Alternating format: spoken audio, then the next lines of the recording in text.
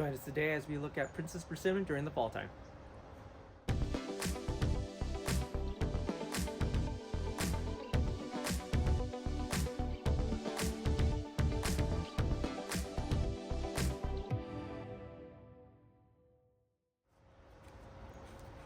Alright, welcome back everybody. So this is around November, actually probably late November at this point, and we're getting close to that winter season.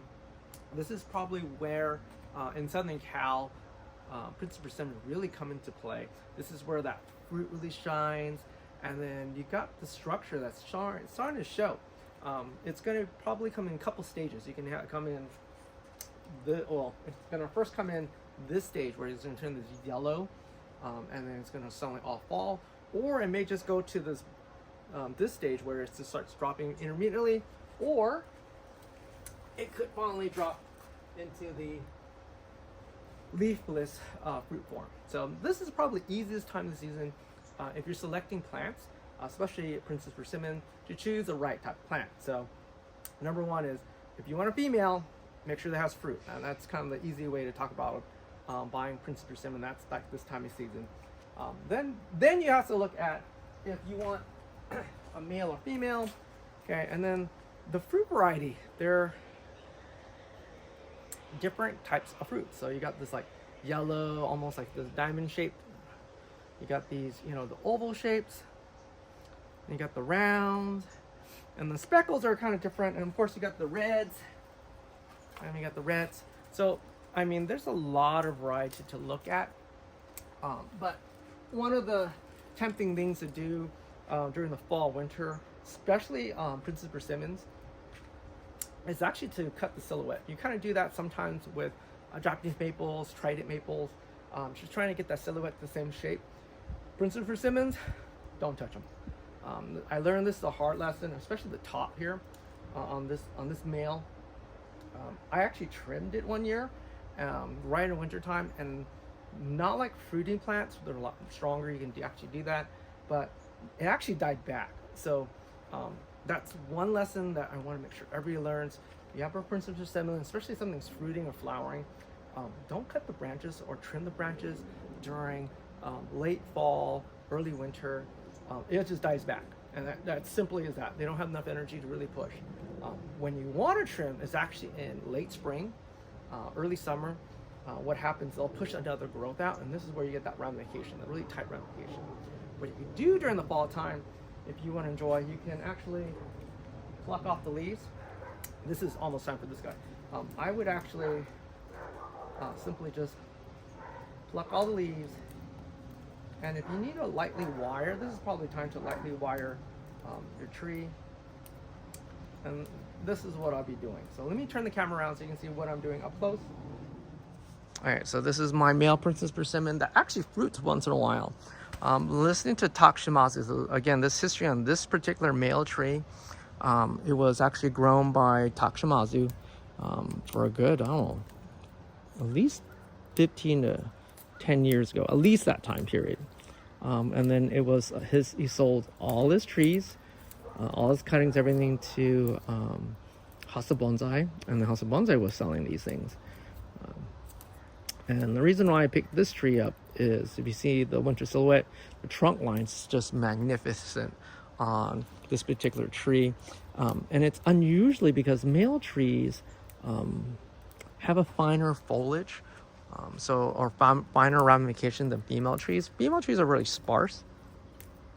So that's what so right now what I'm doing to this particular tree is I'm going to defoliate it, get it ready for winter time.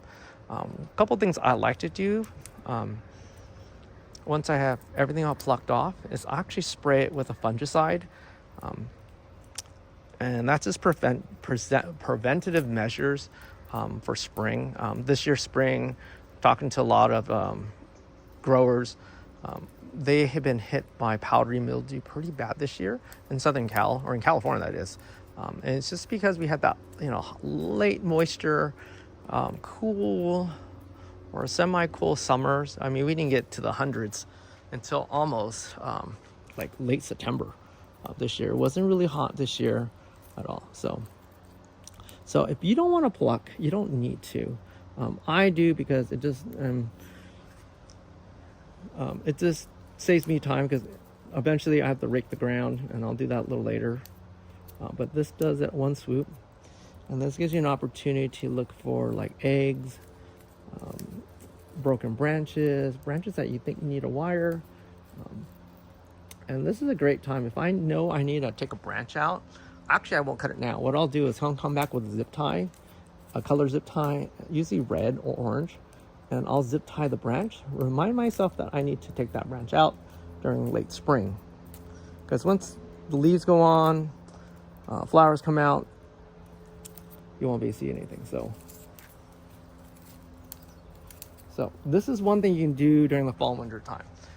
Do not cut your branches. Okay, please do not cut your branches. And please, you can actually wire it, but I wouldn't wire it too tightly. Branches are already going to sleep already at this point. And I did fertilize this one more time. I'll probably fertilize it one light time during after I defoliate everything and clean up. I'll clean up this stuff. Seed pods are there.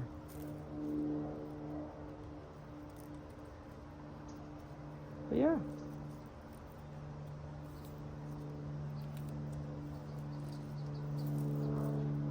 You technically can just leave the leaves on and let it fall naturally.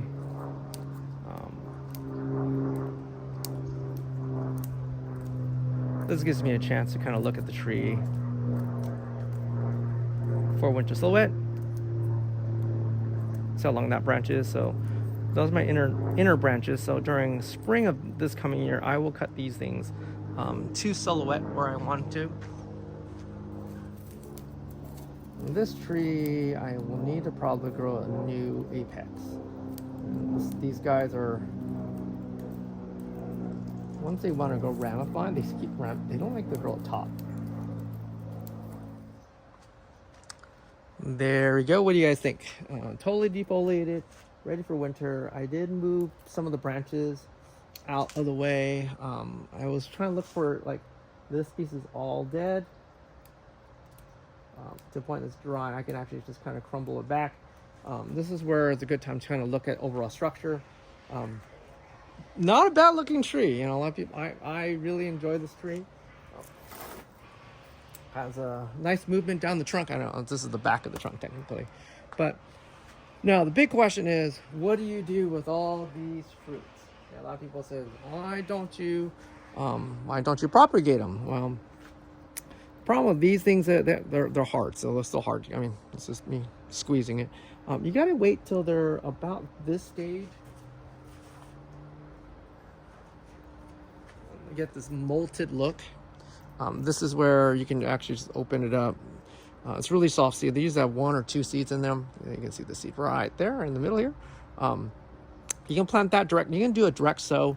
The problem with a direct sow is, this is props to people that propagate these. Again, I didn't tell you these other ones that other plants didn't come from Takushimazu, actually from seed. He planted these from seeds. These Prince of Persimmons, the mother stock came from, actually it was Dennis Botoli. I think that's how I pronounce the name. Do I butcher your name? I do apologize. He was in the San Francisco area, and then moved to Portland area, if I remember. And that's where some of these mother stock tree comes from. But if you're interested in planting and propagating Prince of Persimmons, grab the seed, plant a whole bunch of them. And from what I've been hearing and reading, 50% will be males, 50% will be females. The problem is it'll take about 7 years before you'll know the sex of that particular tree. So what's a better way of doing it is actually root cutting. So let me show you a mother and daughter plant here. Okay, let me switch really quick. All right, so this is a mother tree. This is number 322 from Dennis. So this is a red round. So you can see from that fruit, it's extremely red, okay, compared to the orange you saw earlier. So this is an orange. This is a light orange, almost like yellow, I call it. Okay, you can see the difference of color. So if you propagate these by seed, you're gonna get that variety, that sexual recombination of genetics. So you're gonna get a really good variety of different types. Only problem is you won't get the genetics you want. But if you want to get the exact genetics without per se seeding them, what you could do is do a root cutting. So this is a root cutting. Yeah, this is, sorry if you can see that. This is a root cutting of this mother tree, and it has fruit. This is the second year fruited in a row, and they're genetically identical. So root cuttings actually will give you 100% of your of the genetics that you want. So if I was doing this, I would totally do 100% root cuttings. That would be me. But if you want that variety of genetics, seeding is probably the way to going. I'll show you one of my mother plants. Let me turn this around really quick. All right, don't mind the mess in the background. I'm slowly putting landscape material in. This is actually one branch of my mother plant, and you can see by the load of fruit. If you guys let these things just run like crazy, this is actually in the ground already. This is in a pot, double pot, triple potted, in a terracotta pot in the ground. It's not going to move, but it will produce. If you feed it heavily enough, it will produce for you, especially you get the right variety. Now this variety is kind of unusual. This is like a red orange with little speckled shoulders, excuse me. So each one is slightly different. I mean, this is the fun part about genetics, but I just enjoy the fruit. That's the kind of reason why I grow it. Now, here's some mistakes for some of you guys. If you guys cut really hard one year, it will not fruit the next year. Remember, especially on like persimmons or fruiting trees, they usually grow on the second year's growth. So not the first year, not the same year of growth. It doesn't fruit on those. It fruits on the older branches. So if I cut, I'll see, I don't know, let me bring a tree over. All right, so this is another cutting from a sister plant of this 322 variety. It's fruiting at the very end. So if I cut this branch hard right here, it will, well, you see this new growth? This will not fruit the first year. It will fruit the second year. So just to give you an idea, if you cut your tree persimmon really hard, it will only fruit on the second year branch. So just kind of remind yourself that. So if you cut it really hard one year, don't expect it to fruit the next year. It may fruit, but it's going to fruit only on those older branches. So kind of like the camellias. So that's your lesson for fall and winter Princeton persimmon. I hope you guys enjoy this really quick update of Princeton persimmon, what's in the garden right now during fall time. If you guys do have Princeton persimmon and you guys have different results, put that in the comments. I'd love to hear them and just share them, because this is kind of where this information kind of lies. If you guys like this video, like and subscribe. Thank you for watching. I'll see you guys next time. Bye-bye.